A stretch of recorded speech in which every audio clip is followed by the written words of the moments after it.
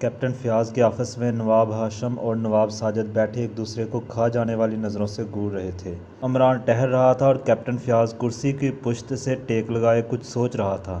ساجد اور نواب ہاشم کے انداز سے ایسا ظاہر ہو رہا تھا جیسے کچھ دیر قبل دونوں میں جھڑپ ہو چکی ہو۔ سوال تو یہ ہے نواب ہاشم صاحب، عمران ٹہلتے ٹہلتے رک کر بولا، آخر آپ نے میونسپل حدود کے اندر فائر کیوں کیے؟ میں اپنے ہوش میں نہیں تھا۔ کیا میں بے ہوشی کی وجہ پوچھ سکتا ہوں؟ میرے خدا، آپ کیسی باتیں کر رہے ہیں عمران صاحب؟ اگر آپ میری جگہ پر ہوتے تو کیا کرتے؟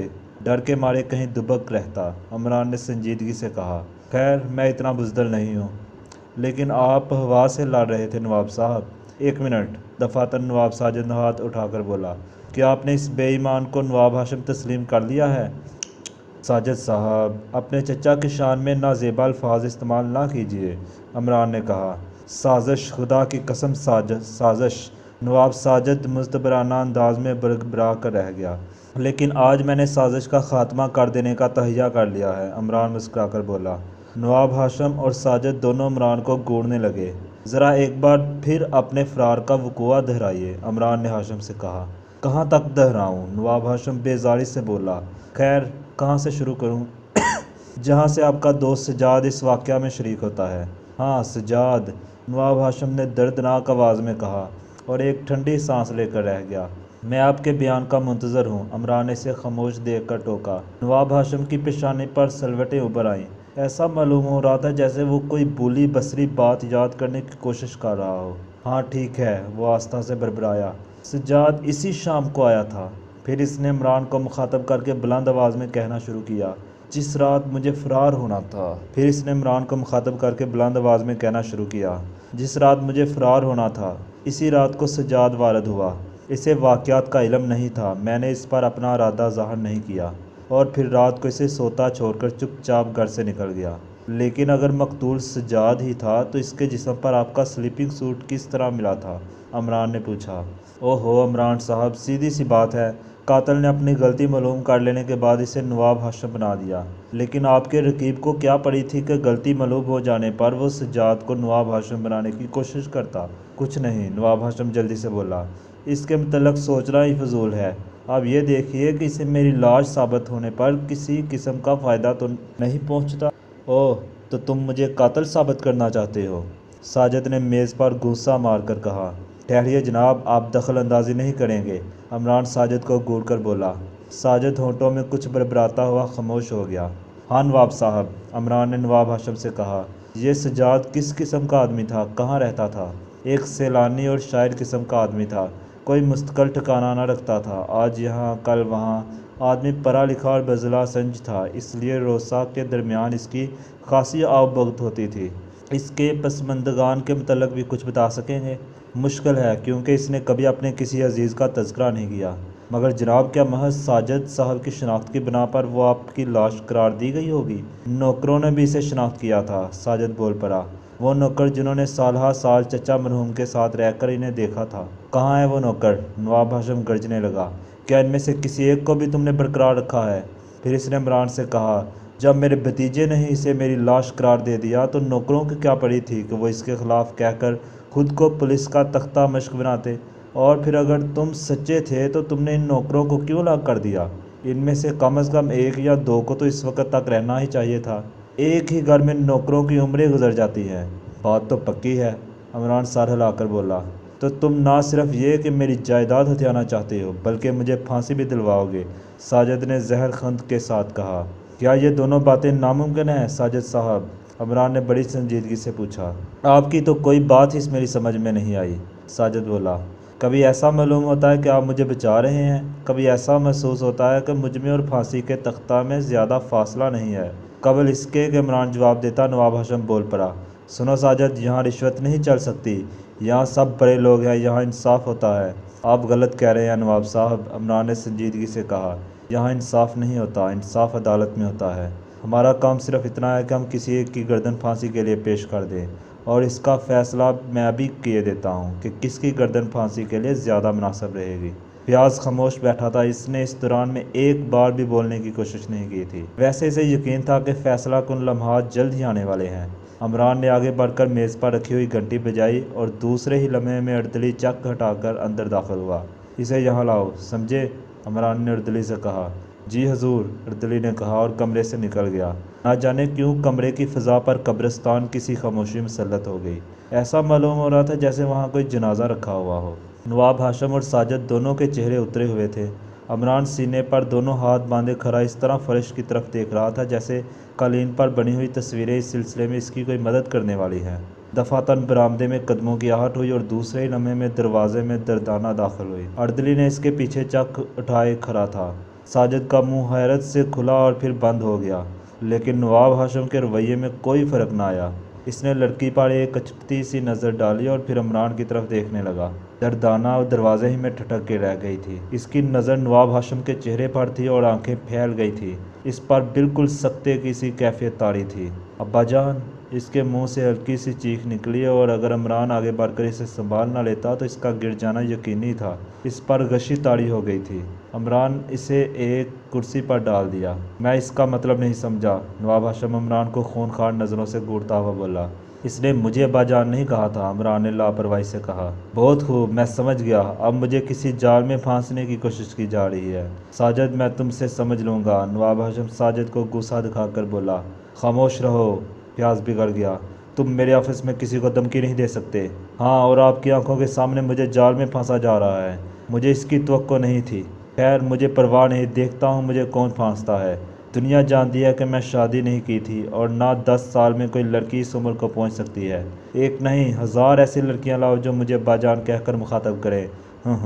مگر کپتان صاحب، ساجد نے فیاض کو مخاطب کیا، ذرا دیکھیے دونوں میں کتنی مشابہت ہے۔ سچ مچ، فیاض کبھی بے ہوش لڑکی کی طرف دیکھتا تھا اور کبھی نواب ہاشم کو۔ دردانہ کو اس نے پہلی بار دیکھا تھا۔ اوہ ساجد، تجھ سے خدا سمجھے، نواب ہاشم دانت پیس کر بولا۔ تو کیا اس لڑکی کو ساجد نے پیدا کیا ہے؟ ساجد نے مسکرا کر کہا۔ نواب ہاشم، عمران بڑی بھرکم آواز میں بولا، میں تصدیق کرتا ہوں کہ تم نواب ہاشم ہو اور تمہاری زندگی میں ساجد تمہاری جائیداد کے مالک نہیں ہو سکتے۔ لڑکے، تم مجھے پاگل بنا دو گے، نواب ہاشم بے ساختہ ہنس پڑا۔ آپ شاید نشے میں ہیں، ساجد بنا کر بولا۔ نہیں ساجد صاحب، میں نشے میں نہیں ہوں، بالکل ٹھیک کہہ رہا ہوں، نواب ہاشم کے پھانسی پہ جانے کے بعد ہی آپ ان کی حقیقی وارث ہو سکیں گے۔ کپتان صاحب، نواب ہاشم بگڑ کر کھڑا ہوتا ہوا بولا، یہ آپ کا دفتر ہے یا بنگر خانہ؟ اگر یہ بات میں نے کہی ہوتی تو تم مجھے گولی مار دیتے، عمران نے مسکرا کر فیاض سے کہا۔ آخر تم کرنا کیا چاہتے ہو؟ فیاض ہتے سے اکھڑ گیا۔ نواب صاحب تشریف رکھیے، ابھی تک میں مزاح کر رہا تھا۔ یہ حقیقت ہے کہ آپ بہت ستم رسیدہ ہیں، لیکن اس کا کیا کیا جائے نواب صاحب کہ حکیم معین الدین آپ کے حملے کے باوجود بھی ابھی تک زندہ ہے۔ اخبارات میں اس کی موت کی خبر میں نے ہی شائع کرائی تھی۔ کیا بکواس ہے، نواب ہاشم ہلک بار کر چیخا۔ میں جا رہا ہوں۔ نہیں سرکار، عمران جیب سے ریوالور نکال کر اس کا رخ نواب ہاشم کی طرف کرتا ہوا بولا۔ آپ جائیں گے نہیں بلکہ لے جائے جائیں گے، تشریف رکھیے۔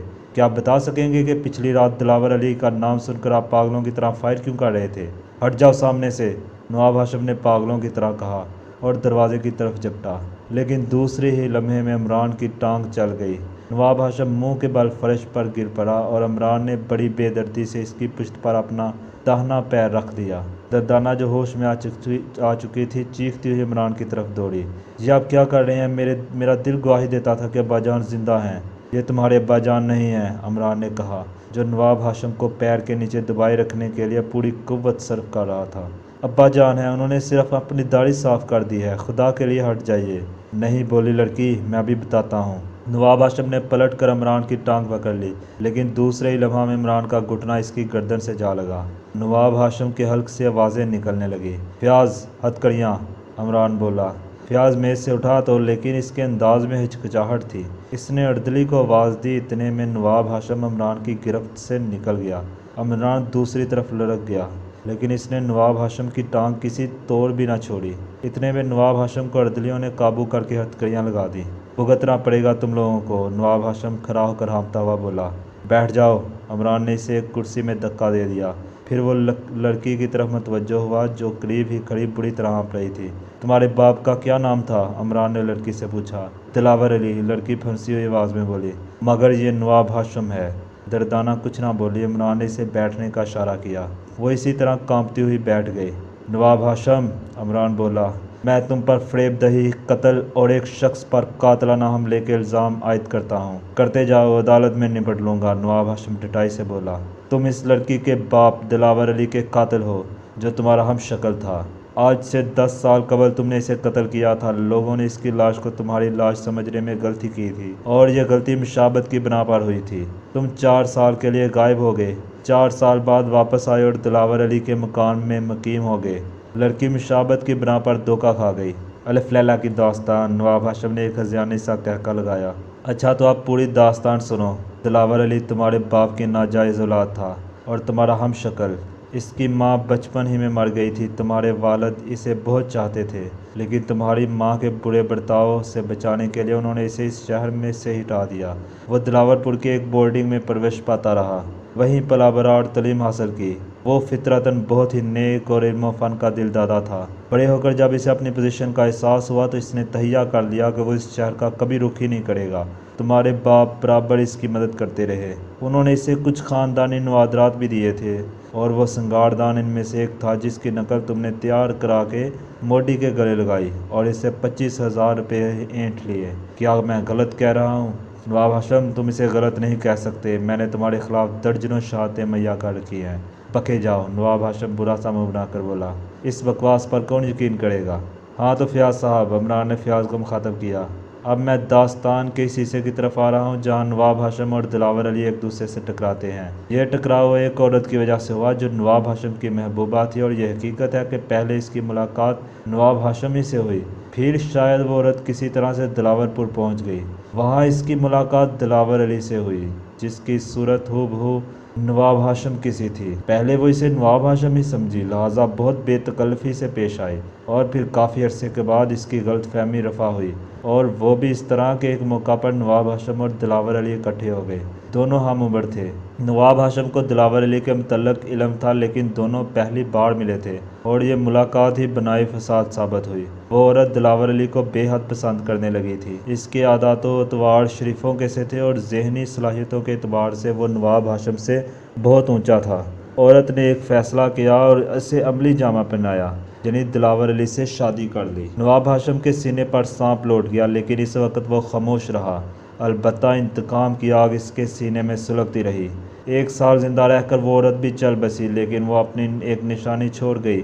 عمران دردانہ کی طرف اشارہ کر کے خاموش ہو گیا۔ نواب ہاشم اس طرح مسکرا رہا تھا جیسے کوئی نادان بچہ اس کے سامنے بکواس کر رہا ہو۔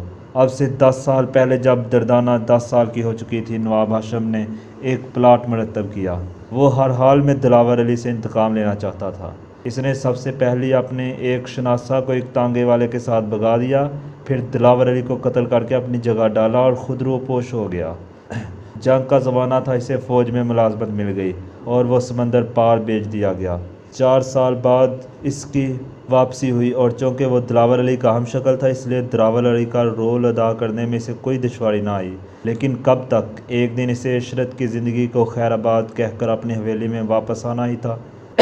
لیکن حویلی میں واپسی آسان نہ تھی۔ ساجد جائیداد پر قابض تھا اور اس کا قبضہ ہٹانے کے لیے ایڑی چوٹی کا زور لگانا پڑتا، کافی رقم کی ضرورت پیش آتی۔ اس کے لیے نواب ہاشم نے اصلی سنگاردان کی نقل تیار کروائی اور دردانہ کو دلاور پور بھیج دیا۔ جب وہ وہاں سے واپس آئی تو نواب ہاشم اپنی حیثیت تبدیل کر چکا تھا۔ اس نے لڑکی کو اس کے باپ کی موت کی اطلاع دی اور خود کو دلاور علی کا دوست ظاہر کیا۔ لڑکی دھوکے میں آ گئی، پھر لڑکی ہی کے ذریعے موڈی کو پھانسا۔ اس نے 25,000 میں نقلی سنگاردان خرید لیا۔ لڑکی رقم گڑ لائی اور نواب ہاشم نے اسے اڑا لیا۔ اصلی سنگاردان اور وہ رقم آج بھی اس کے قبضے میں ہے۔ 1 منٹ، فیاض ہاتھ اٹھا کر بولا، تمہیں ان سب باتوں کا علم کیسے ہوا؟ حکیم معین الدین سے، جو دلاور پور کا باشندہ تھا اور اس لڑکی کا باپ اس کے گہرے دوستوں میں سے ہے۔ وہ دلاور علی اور اس کی زندگی کے حالات سے بخوبی واقف ہے۔ میں جب دردانہ کی نشاندہی پر اس تک پہنچا تو وہ زخم کھائے ہوئے بے ہوش پڑا تھا۔ اس پر کسی نے چاقو سے حملہ کیا تھا اور اپنی دانست میں مردہ تصور کر کے چھوڑ گیا تھا، لیکن حقیقت یہ ہے کہ زخم مہلک نہیں تھا۔ اس کی جان بچ گئی، لیکن میں نے احتیاطاً اس کے قتل کی خبر دلاور پور کے اخبارات میں شائع کرا دی تھی۔ اس سے یہ ساری حقیقت معلوم ہوئی۔ میں کسی حکیم معین الدین کو نہیں جانتا، نواب ہاشم نے کہا۔ یہ سب بکواس ہے اور ساجد کی سازش ہے۔